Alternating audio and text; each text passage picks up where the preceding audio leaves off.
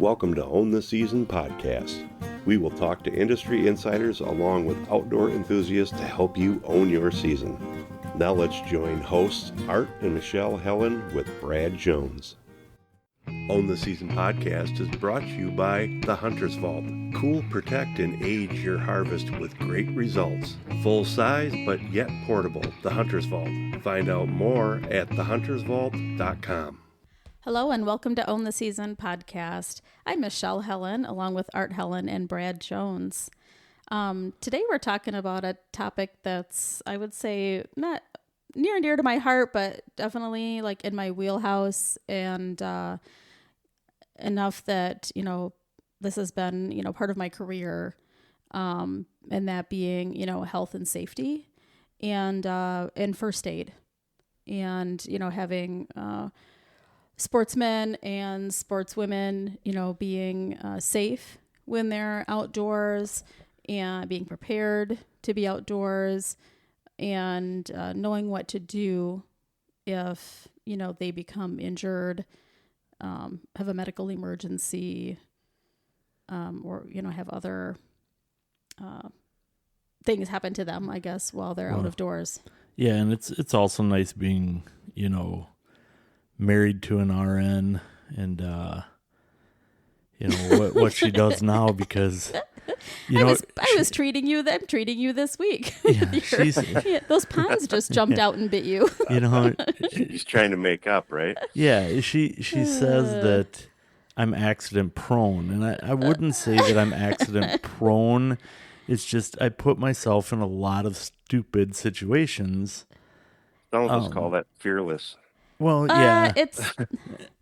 It's not just, there's reckless too, though. So like what things are kind of straddling that line of, fearless and reckless. Oh, I straddle them all. Right. So, I think that's, that is the first thing I usually talk about. So I have, done seminars at the trade shows. My seminars have never been as, I'm going to say popular, but I never have the audience, the draw that Art does, or some of the other speakers too.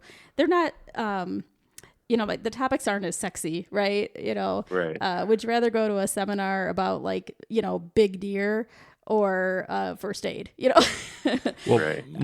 my personal, if I was going to a show, as I get older, when I was younger, I'd be like, I don't care about first aid. I'm invincible, right? Right. But now as I get older, and I'm seeing more people, fishing, get fish hooks stuck in their legs and arms and heads and all these places, or, you're out in the woods and,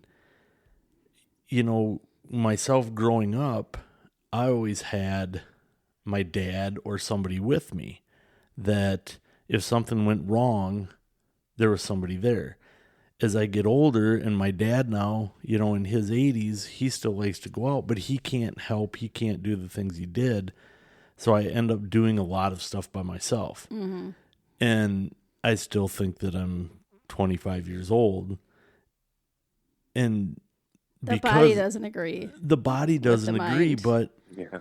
Now what I used to be able to do, like taking a, 150 pound or 200 pound pond and throw it around like it was no big deal. I still think I can do that. So I try to unload that from my tractor and all these other things by myself. And so now I actually think through some situations. I was like, what are you trying to fool? I still don't think you're thinking through some situations a little better. We might have to put a disclaimer at the end of this. Right, one, huh? You're right. Or I think don't do as Art does. or I think do not try this at home. I think that it's not that I can't do this, and sometimes you're right, I don't think it through, but what I think about beforehand is, where's my cell phone, or how do I call 911? Okay, so at least you're hopefully thinking about that. From somewhere. And I think, that is like the first thing I talk about is like prevention, how to be prepared and like mitigate the risk. And the first thing is avoid unnecessary risk. So, if you're thinking to yourself, should I do this? I think this is where I need to go get a drink of water or something. Watch this, hold my beer. Like those are just, if you're thinking any of those things, that's probably an unnecessary risk, and Absolutely. then, use the appropriate tools and equipment for the job. I think when I think of that, the first thing that comes to my mind is, using the correct tools for field dressing your animal, field dressing your deer. Are you gonna cut the hip bone or not? Use a saw. Don't be trying to use a knife and doing something then that it's not designed for, and then it slips and you end up with a knife in your femoral artery. But that wouldn't be good. That is not good. And there have been people that have died, from that. So, using the right tool for the job, using safety gear, that includes. Why did you look at me when you said safety you gear? do use safety. And I'm talking like if you're using a chainsaw, do you have your helmet, your protection, your face guard and chaps? Right. Gloves and steel-toed boots, like all of those things.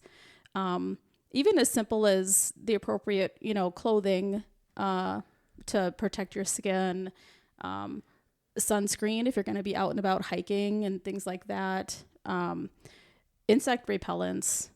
Bug bites are not just a nuisance. It's not just that they're itchy. It's not just that, you gotta, you pull the ticks out, all of these insects are harboring disease. They're vectors for disease with, some of them like lifelong, chronic consequences. Especially the ticks. There's so many new tick diseases out there that are crazy. Right. Yeah. So really be thinking about that, and I think we can improve on that. We, I think could do a better job of, because we don't, I don't like spraying the stuff on my skin all the time. Right. But could we do a better job of spraying our clothing that we use while we're turkey hunting? Yeah. And doing some deterring there. And of course the safety gear means, your harness, if you're up in a tree stand, your harness, your lifeline, things like that. And the harness is huge. We had a team member a couple years ago that went out to film, and he stepped on his stand. He'd hung it 2 weeks before. He stood on the stand. Everything was perfectly fine. And he went to stand on it, and a bolt snapped, and the whole thing collapsed underneath him. And the harness caught him. So, I've had that happen. I had a harness, catch me.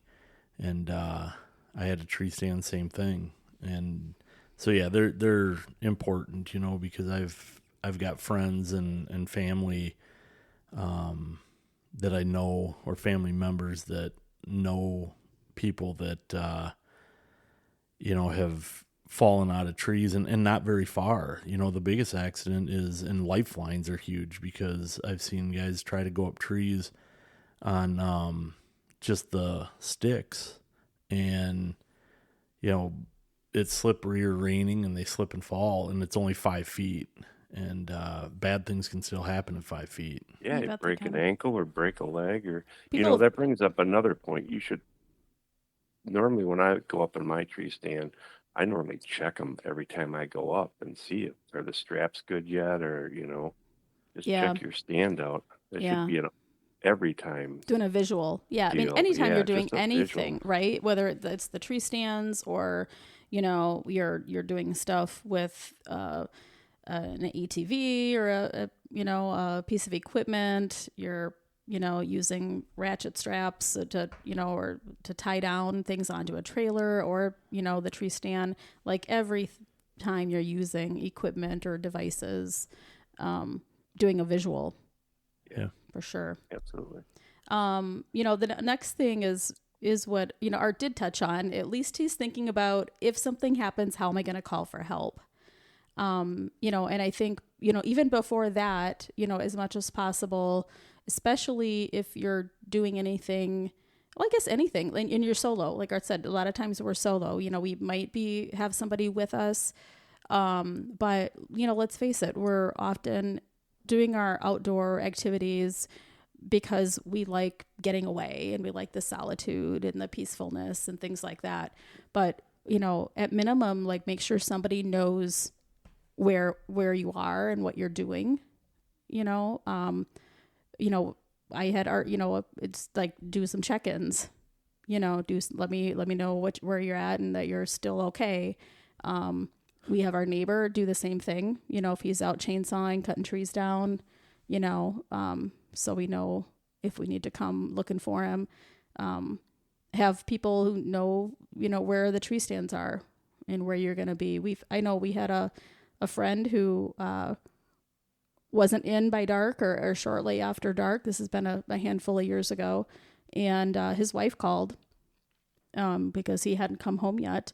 And we knew where he hunted and knew the tree stands. And, he'd just gotten turned around and got lost out there in the dark after he, shot a deer and had to track and kind of got mixed around, blood trailing. And didn't have a cell phone at the time, so he couldn't call his wife. And, Right. That's one of my biggest pet peeves with hunters is listening to them. Well, I'm not giving anybody my location. I'm not going to. Guys, you know what? 99% of the people out there are not going to go hunt your property. They're not going to go in there. I mean, will you have some issues? Possibly. But if you are giving only your location to a very good friend, not posting it on the internet, not posting on social media, but giving it to family members or friends, there should be nothing to worry about. I mean, if you can't trust your very good friends or your family members, then you need to look for new family members and friends. Yeah. You might have some mental issues. Yeah. So. And I think, the other thing too that I commonly hear is, some people don't like to keep their cell phone on them when they're out in the woods, because they're trying to get away from society for a little bit and have some downtime, whether that's fishing, whether that's hunting, whether that's hiking, whatever. And so they have a cell phone, but they leave it in the car. Well, that's not going to do you any good when you take a fall or break a leg or have something, happen to you while you're out. So I recommend, then you take it out and you put it on silent. Yeah. Put it on in your violent. backpack. Put it somewhere. Well, I don't know. If your backpack's going to stay on you the whole time. Well, but the other thing is, if you don't show up, at least if that phone is on with today's technology, the police departments, the EMTs, they can find you. They can ping that and find you. Yeah. There are certain things that you probably want like in a pocket. Right. And I would say that the phone, if you have a pocket it fits, is probably a good thing. And then if you're doing things more remote, like out in the mountains, for example, and especially if you're doing solo or even in a group, that at least someone, has, something like a personal locator beacon technology or a satellite messenger or something where you can, summon help.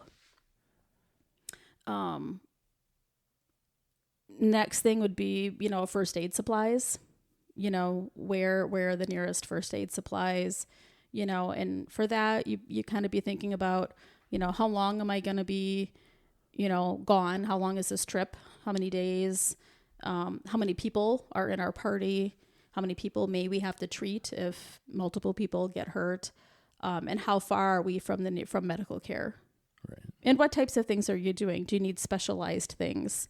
Because Art's dad's on blood thinners, like our first aid kit, at the cabin, or when we would go out west and he would be along, we had the gauze that had clotting drugs built into the gauze, impregnated into the gauze.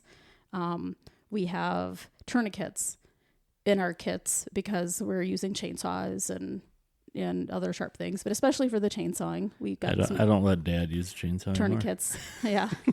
He was always pretty frustrated about the chainsaws anyways. He was getting them stuck. So that's probably fine. Yeah. What were you saying, I Brad? have to carry that stuff with me now. I'm on blood thinner since I had heart surgery. So Yeah. Yeah. And probably you also need to have things that keep you a little warmer, because blood thinners make you cold when the weather gets colder. Yeah. Yeah. And in that first aid, in the first aid kit, a really something along that doesn't take up much space at all is, one of those just little foil space blankets, right? A little emergency blanket, multi-purpose, good for lots of different things. Don't take up much room. But yeah, be thinking about, first aid kit, survival kit. I had seen an article years ago that I really liked. It was an Outdoor Life, because that's kind of the thing. You're like, well, what should I have and how much do I need? And they kind of broke it down into, have this like on you, like in your pockets, have these things, maybe in a small, a section of your backpack. And then if you're going on a bigger trip, have these items. So some good kind of stuff there. What injury or problem should we talk about first, Arthur? I never get injured, so I don't know what you're talking about. There's so many things that can happen when you're outdoors that a lot of people don't think about. That, number one, when you're gutting a deer, if you take the knife the wrong way or you hit something wrong and it's super sharp, you may end up cutting yourself, or even skinning the deer or a turkey or something like that. Broadheads. People, taking a broadhead out or not paying attention, they grab it and they end up cutting their arm or their finger or something. So, I guess let's talk about bleeding. Bleeding in the cuts, because there's so many things that can cut you out there, and chainsaws, they'll cut you, all that stuff. That is probably one of the more common things, I think. That's why everybody has some Band-Aids in their house, right? So the treatment for bleeding is, most of the time going to be a direct pressure, just holding pressure. And you want to use, gauze or clean fabric, the cleanest fabric that you have. I mean, any of these things, we're going to talk about, like, if you have a first aid kit, like, kind of use this. But there's always kind of that, I call it, scout first aid, to where you're improvising and, using what you have on hand sometimes too. But you're going to apply direct pressure with, if it's just kind of like run-of-the-mill, bleeding, just apply some pressure, usually with the, your fingers over the gauze, and you're going to hold pressure till the bleeding stops. And then once the bleeding, and it can take a long time, and then you, once it's stopped, then you can, wrap some gauze or gauze roll like around it to kind of secure it or tape it down and, keep it covered and protected. If it's, bleeding that's really, steady, fast flow, or something that's like pumping or squirting, then we're into more of a life-threatening bleeding situation. And there you want to, again, still get some gauze, whatever you have that's clean.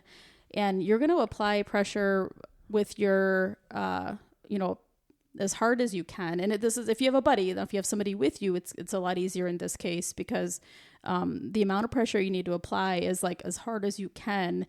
Almost picture your hands in the same position, hands and arms in the same position you had used to do chest compressions on somebody for CPR, with like one hand on top of the other, fingers interlaced, your elbows locked, your shoulder, be in a position where your shoulders are above your hands, and you're like using all your, core strength to press down on that bleeding area, until the bleeding stops. So it's hard to do that level of pressure on yourself, but be thinking about that level of pressure to stop that life-threatening bleeding. This is where tourniquets also come in. if you have one available. Interestingly, tourniquets wasn't taught in basic first aid for several years, and it just got brought back in to the recommendations and guidelines for like layperson training. And I think it's because they're more available now commercially, and they're so easy to use. Of course, you can use, anything like a stick or a screwdriver or something else too, as the windlass that you're gonna twist. But this is where a tourniquet comes in, where you'd put that about 2 inches above the injury, and if you do end up using a tourniquet, you're gonna tighten it until the bleeding stops, and make note of what time that the tourniquet was applied, so that you can tell the EMS when they arrive. And if you ever put a tourniquet on, don't take it off. That should only be done by the trained personnel, because the problem is still there. We're just kind of hiding it, covering it up, so you want to be somewhere where they can be prepared to fix the problem when they take that tourniquet off. The other thing with bleeding is, especially then if we're talking about, dirty injuries, right, because we're outdoors, would be tetanus, a tetanus shot. So everybody should be getting a tetanus shot every 10 years as a routine vaccination.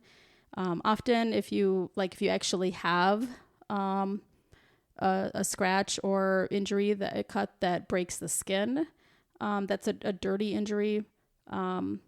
Especially if it's, rusty stuff, but really it could be anything, that's out in the environment. The tetanus could be there. So, often I think if it's been probably at least 7 years, they'd probably give you a booster. So stay up to date on your tetanus. I'll have to check yours or see where you're at. I usually just had it. Did you? Yes. Good. I just had it because I cut myself, and I was in the at the doctor, and they said, it's been a long time since you had the tetanus, so we're going to give you one. So okay. It wasn't that long ago. I'm usually calling the clinic and being like, Art's coming in. He needs this, and this. Nice. What's next? What's next? So what were you saying, Brad? No, I didn't say anything. Yeah. Well, other than bleeding, because that's, and because we're outdoors, the other thing that happens a lot that people don't realize, I guess there's a couple things, especially as we get older. One is, having a heart attack when you're out there, or, broken bones. But let's, if you think you're having a heart attack or the signs, things like that, kind of fill us in on that. And what should you do when you're out in the middle of nowhere and think you're having a heart attack? I mean, I'd be stubborn and continue to try to drag my buck back to the truck. Right. Yeah. I mean, that's the thing. There's also, the medical emergencies that can happen anywhere. And we do hear of people that, have heart attacks out there in the woods. So be on the lookout for the signs of a heart attack, and don't ignore them. The most common signs are chest pain or discomfort, maybe a discomfort in other areas of the upper body, like your arms, back, neck, jaw, or even stomach. Sometimes people will, attribute it to indigestion. That's pretty common. Shortness of breath, breaking out in a cold sweat, nausea, lightheadedness. And often women and those with diabetes, for example, may have some of the more subtle signs. So maybe the back pain, the stomach, lightheadedness. They might not be that classic, like where you think think of people clutching their chest, right? So it can be more subtle. What you can do is definitely it's a call 911 situation. And, this is too where when I talk about making that call, be aware like where you are and like how are you going to make that call? is there cell service? We're often in remote areas, in, hills or valleys, what have you, that don't have really good cell coverage. Can you get a text message out though? However, sometimes, you just need that little bit of signal for just a split second to get a text out. So be thinking of what your plan would be to get help in any of these emergencies, because we don't always have cell service at all the areas out at our property where we hunt. But part of my plan, then is to text a message back to someone in town that says call 911 to the cabin, so activate the emergency response, which in most areas of the country is 911. If you have aspirin and you or the victim, I'll say the patient, is not allergic to aspirin, give them aspirin. So that's regular aspirin or, baby aspirin, and chew it, whether or not it's chewable, just to get it in faster. And then, get them to help right away. It's really... Go ahead. And if you do have heart problems, talk to your doctor and they can issue you some nitro pills. Yeah. I carry those with me after my heart surgery. My doctor told me to keep them with me when I go on hunting trips or hiking and stuff like that. Yeah, good point. Definitely, if you've got something that has been prescribed for you to have available, make sure you have that with you as part of your preparedness kit, too, or in your pocket. Oftentimes people will attempt to drive people, to the emergency room, or even drive themselves. You can't do CPR on somebody while you're driving, so, driving someone else to the ER is not recommended. And you driving is not recommended, because if something happens to you, you could crash into another person, another vehicle, go off the road. So keep that in mind too. The best thing to do is call 911 and get them to come into you. So let's talk about the, breaks and sprains. I mean, I think they are the most critical and happen more than, you've always got those goofy things, like if you're cutting down a tree, that it falls and hits you in the head. That's why you should wear a helmet. I was cutting, one time with a couple of friends, and one of them actually, cut the tree down, and we heard the chainsaw stop. He was quite a ways away. Never heard from him again, or the chainsaw start. So we thought we'd better go over there. Well, that tree, as he had tried to get away, lost his footing, and the tree came down and hit him in the head. Broke his helmet. Thankfully, he had his helmet on. Broke his helmet in half and knocked him out. And so he was unconscious when we got to him. And then we got him out of there and did what we had to do. But, there's some freak accidents, and sometimes if you're alone, there's nothing you can do about it. But if you are alone and have these freak accidents of, especially if you're out west, or not even out west, but in a mountainous area, remote, you're way back in northern Wisconsin. I mean, there's a lot of remote places. And so what do we do if we break an arm or a leg, or, you break a finger? Well, you tape it up and suck it up and move on. But, that or a bad sprain, how are we supposed to take care of those? Well, if you're alone on those remote things, I think it's going to be a little tricky, especially if it's an arm. It's probably going to be kind of hard a little more difficult to do these on yourself. You could probably do it, treat your own leg, more easily than an arm. But if you are remote, or if you're somewhere, where then you need to do something because you're far from, the the nearest urgent care or ER, and you do have somebody else in your party, they could certainly give us both scenarios. They could certainly help you out here. So let's start first with broken bones and sprains. The first thing is, unless you've got a bone protruding from your skin or an obvious deformity where you're like, it's not supposed to bend like that. You only an X-ray can really tell in many cases if something's broken or if it's a severe sprain. First treat any, bleeding. If there's also some bleeding, along with it, treat the bleeding like we already discussed. And the first thing you're going to do is, treat that area with cold therapy. And for this, ice and water, a plastic bag with ice and water. So if you happen to have that because you've got some cold water in a canteen, maybe you've got a hunting camp and you've got a cooler with ice. The ice packs that are in first aid kits that you activate, they're not going to be as cold as ice and water, but if that's all you've got, that's certainly better than nothing. And you want to apply that cold therapy for 20 minutes. And definitely seek medical attention if you've got a large open wound on top of that, or it's an obvious broken bone.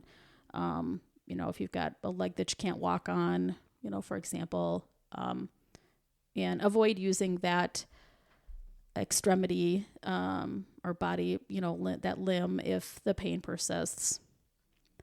If you're a long way from medical care, and you have to, it seems like you've got a broken, arm or leg, you might want to do some splinting on top of that too. And for this, you can use, any stiff or firm material as the splint. This is where you can get creative. It could be, a tree branch or a stick. Could be, a piece of kindling, kind of firewood. You could even roll up a towel. So something that provides some level of support. And you want it to be long enough, if you can, that it supports both the joint above and below the injury. So you want something longer than maybe what you might normally think. So something that's going to support that entire area of the limb. And then you're going to, tie it to the limb using tape, gauze, cloth, strip of sock. Yeah, I was going to say sock, bandana, things like that. Tie it, probably at the top and the bottom to support that limb. And don't, forcibly straighten any bent or deformed body parts. You know, if they don't fit, you don't have to tie it really tight. So if their limb is, pretty deformed, we're not trying to make it straight with the splint. We're just supporting it. Because when you go to try to hike back out and get to town, get to medical care, that jostling around is going to hurt that broken bone. So we're just trying to provide some support and keep it a little bit more stabilized. So I guess the next question is, what about animal bites? We had a gentleman on the podcast that was attacked by a grizzly bear with animal bites, and a very good friend of ours, Mark Kaiser, his wife was just bitten by a rattlesnake here not too long ago. And, both of those, well, I shouldn't say both of those, Seth that was attacked by the grizzly bear, he was very remote, and, so they had to treat that, and it was not treated correctly, but it all worked out. Now, Sharon, on the other hand, had her cell phone, was able to get a hold of Mark, and he picked her up and got her to town because they didn't live too far away. But what if you don't have that and you are like Seth out in the middle of nowhere and, get attacked or bit by, a bear or anything crazy like that, or snake? what are you going to do? Well, they're very quite different, those two things. And, it's not just bears, but think of, people that try to feed raccoons from their campsite. So we've got all kinds of small animals out there that could potentially bite. So you're going to treat the bleeding like we talked about before, but even before that, really clean it really well. Cause a lot of animals carry a lot of germs in their mouth. So clean that with running water, soap if you have it. So, this could be cleaning it in pouring your water out of your canteen or your water bottle, giving it a good scrub, treat the bleeding. Again, use the ice and water, cold therapy to treat the bruising and swelling that goes along with it. If the bite breaks the skin, if it is one of those animals that we know can potentially carry rabies, if you were able to catch and or kill the animal, it could be tested for rabies. But otherwise, you need to seek a healthcare consultation to see if you should receive rabies shots. They're not as scary as or bad as they maybe used to be historically. I've had rabies shots because we woke up. Now I understand what's wrong. Doesn't give you rabies, you idiot. Because one of the indications for rabies is if you wake up and find a bat in your sleeping area. Because just a scratch, and it could be in your hair, So we woke up with a bat in the camper. So we had rabies shots, because the thing with rabies is if you get symptoms, it's already fatal. There's very rare cases of people surviving rabies. And it just breaks my heart whenever I read a story where people died from rabies. Not too long ago, there was a young child in Florida. They had a bat in a bucket, like a 5-gallon bucket, and the kid got, bit or scratched. And, he died because they never took him to the doctor and did anything, and totally preventable. Yeah, I know somebody that just had that happen. They got scratched and they had to go in for the shots. Mm-hmm. Yep.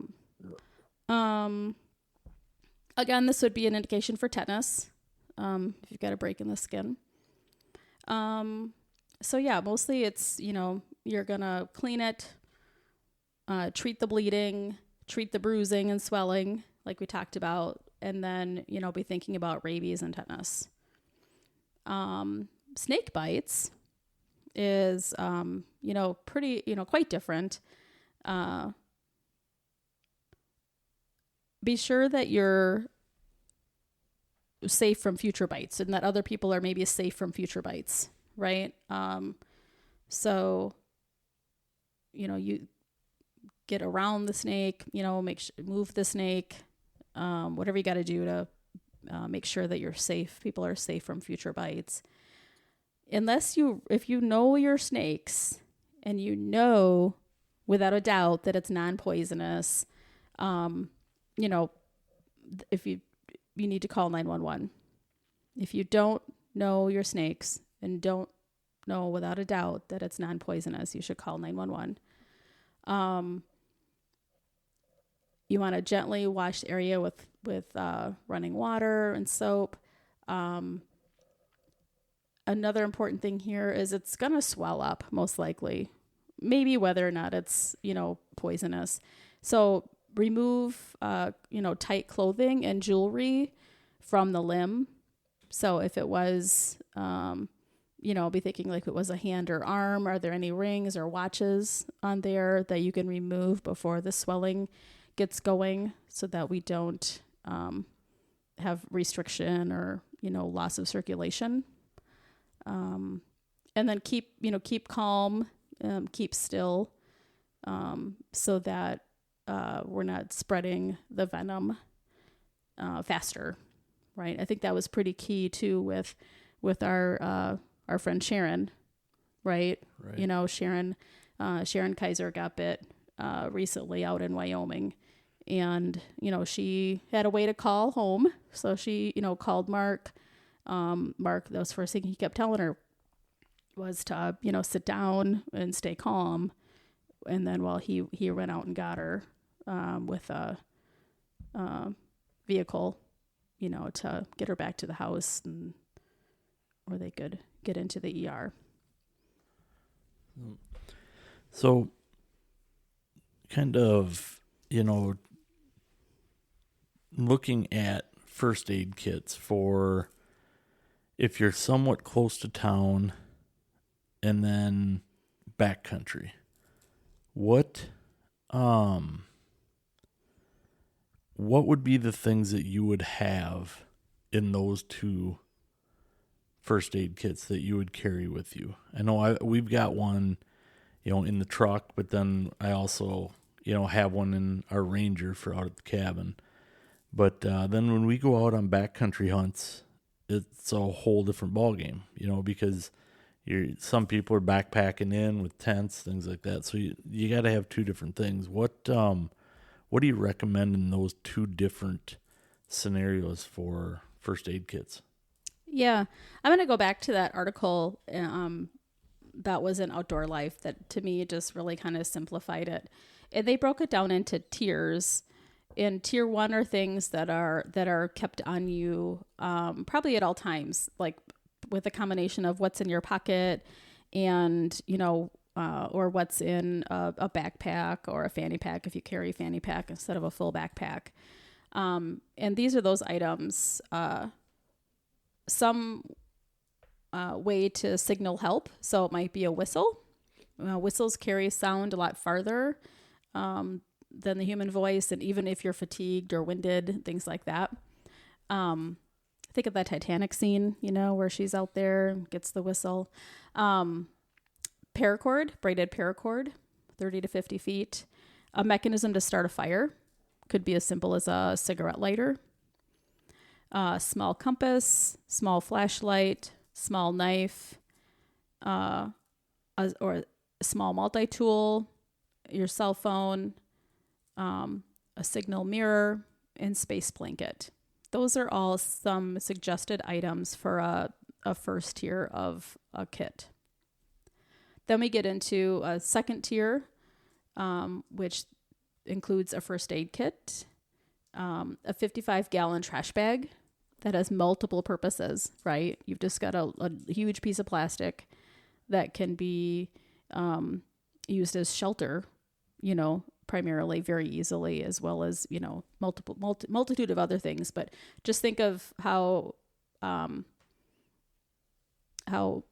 little space that takes up for what you could do with that. Bright colored survey tape. You know, depending on what you're doing, possibly duct tape, candy or granola bars, rain gear. Those are all kind of in that next level.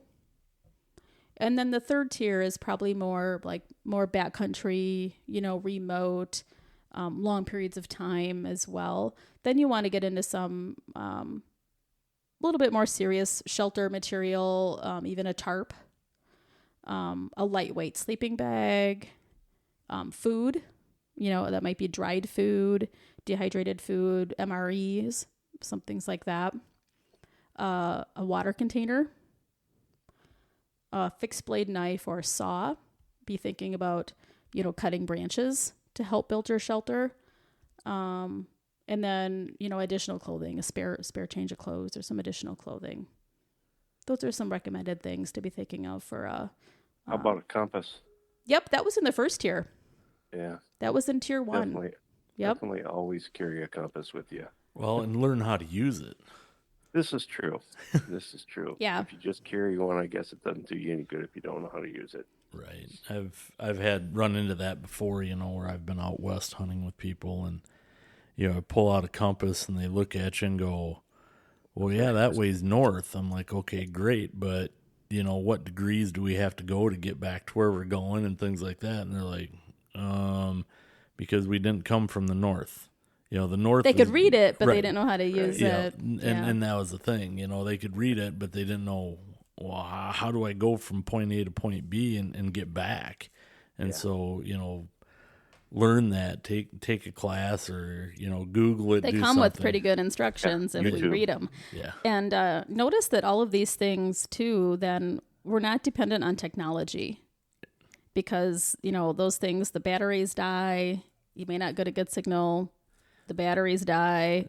Yeah, and I've heard that lately, too. Yeah. Well, I've got a compass on my phone or I can put an app on my phone. Well, that's great. But like Michelle just said, if it dies, or breaks, or breaks, it gets dropped. I mean, all of those things. Our younger daughter, is doing more backcountry, not super backcountry, some backcountry skiing, but does do like hiking and things in the backcountry skiing out in the mountains with a group. And some in that group have more experience in all of those backwoods skills. And so, you can kind of also think that you're safe because you've got other people. There's somebody else who has got the compass and can read the compass, or the other person, knows how to do this or that. I got her a compass, because I said, I want you to be able to, have something when the technology fails or breaks. And that, because what happens if the person in your group who's the best at orienteering has the head injury or is the one that's injured? Right. Who's going to be able to do it? So got her the, old fashioned, but, quality compass. So she's set up to be, can also be self-sufficient, in that. The last thing I do want to hit on, or one of the last things, I guess, I don't want to forget this, is cold and heat emergencies. The weather. Well, I could also talk about lightning because I feel like I've heard so many lightning strikes lately. Lightning can strike up to 5 miles. That's kind of a figure that I see quite a bit from the storm. So you could be struck by lightning when it looks like you've got blue sky. I think, if you can hear thunder, I think you have to be thinking about being, aware and safe from lightning. If you're the tallest thing in the area, you're, going to be the lightning magnet. Well, if I'm with you, I'm going to be the tallest thing in the air. I'm pretty safe there. But, so be thinking about, I know like that 5 mile thing. There was somebody who was like riding a horse out like on the prairie, right? Flat ground out, out in the plains, the Dakotas, somewhere where it was flat. And, woke up on the ground, thank God they woke up, but they're like, what happened? And, they were struck by lightning. Them on their horse was the only thing, that was higher than the sage or the grass.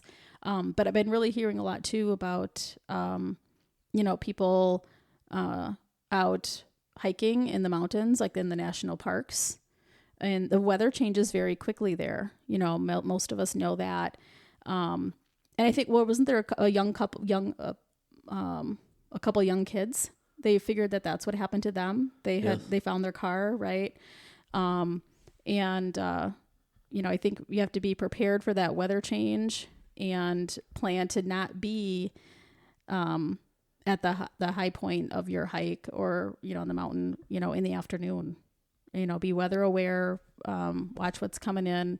And, the recommendation for, like, say you're a family and you're out, hiking out in the Rockies or whatever, do your hike in the morning and plan to be coming back down, before the afternoon. Because there have had to be some rescues of folks that got stuck up on top and got trapped in a storm. But I do want to talk about heat and cold emergencies, because we have had some, pretty hot weather this summer. It can still be hot as we go into fall, and we're doing things like our food plot prep. We might be cutting down trees. We might be hanging tree stands, like all these, physical things that we're exerting ourselves. And especially if it's humid, your body can't cool itself well at all when it's humid, because we're not able to sweat as well. It can't evaporate because the air is already so full of water. It can't absorb anymore. So it's really hard to cool down. And this happened to Art. I know I was with him once. This probably happened to him when I haven't been there, but we were out and we had a giant tree that had fallen across our trail. And we were just going to cut a section out, just the section that was in the trail, leave the tree on either side because it was so big, and just, clear a path. And Art started to get, pretty wobbly, a little bit, wobbly. And I was like, okay, enough of this. And just started dumping the water on his head. Best way to cool him down. But it first starts out as like heat exhaustion. I just wanted to make sure she was still paying attention. That I was paying attention to you. Yeah, I've always got to keep my eye on you. So heat exhaustion. So the signs there are like just nausea, maybe vomiting, dizziness, feeling faint, fatigue, maybe some muscle cramping happening. That's where you want to really take a break, get in the shade, remove some clothing, loosen up some clothing, spray yourself with some cold water, pour cold water, cool washcloths, whatever you have, especially focusing on, the head and neck, armpits, feet, groin. And if you have, water is good to drink. This is where, juice or a sports drink, could also be used. Heat stroke, it takes that further and is a true emergency. So the signs are all the same as what we just talked about with heat exhaustion, but you also start to have some more brain impairment here because of the severity. So confusion, dizziness, losing consciousness, and or seizures. So definitely an emergency. Call 911. If you have a way to submerge that person in cool water, so if you do have a stream or creek, if this is happening, somewhere where you're maybe at a beach, if it's happening somewhere where, you've got a shower, it's happening in a home, a kiddie pool, if you're out in the yard, whatever, if you're able to submerge in cold water, do that. Otherwise those spraying cold packs, wet washcloths and things will be helpful. And then stop the cooling, the submersion in water and the cooling efforts when the behavior returns to normal. We don't want to cool them too much, too rapidly either, or end up with a hypothermia situation. But call 911, cool them down. If they're able to drink, they're with it enough that they're not going to choke. You give them, that sports drink or juice as well. The opposite of that, it seems like this couldn't possibly happen, but, before long, even in the fall, hypothermia can happen. I think people think of hypothermia that it has to be extreme cold, but, even like cool weather on top of getting wet can really get a person in trouble fast and get somebody to be hypothermic. So that is also emergency. Signs of hypothermia can be shivering, at least initially. But as the hypothermia gets worse, the body loses its ability to shiver. The skin is going to be cool to touch. The person's likely going to have some confusion or drowsiness, maybe just being, tired. Eventually, at severe hypothermia, the muscles become stiff and rigid. And the first thing to do is, get out of the cold, get into a warm environment if possible. Remove wet clothing. If that's, part of the issue, remove the wet clothing, dry them off and apply dry clothes, a blanket, even like newspaper, like anything, to then cover them back up that's dry so that they can retain any body heat that they have. Call 911. Cover their whole body including the head, but not the face. You want to be able to still get a good look at them and see how they're doing and know if they're with you. But we lose a lot of heat out the top of our head. So that's why it's important to cover that as well. Get near or place the person near a heat source if possible. So if you have like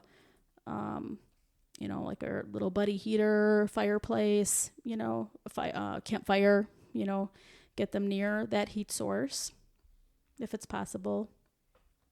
And place, containers of warm water,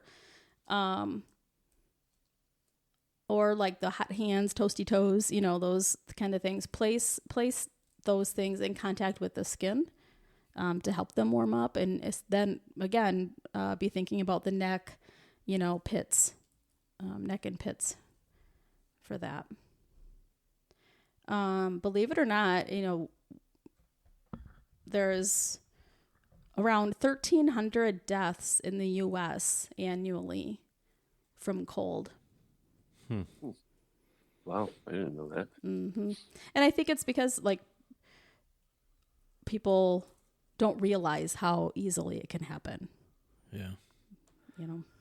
Yeah, learn to make a fire, because if you're in the remote country, you're going to have to learn to make a fire real quick if it happens. So, yeah, it's there's some of that stuff is very good to know for these reasons, to keep warm. Even here, like I said, you get into certain parts of Wisconsin, Minnesota, some of these, there's some pretty remote areas in those, that you can get turned around pretty quick.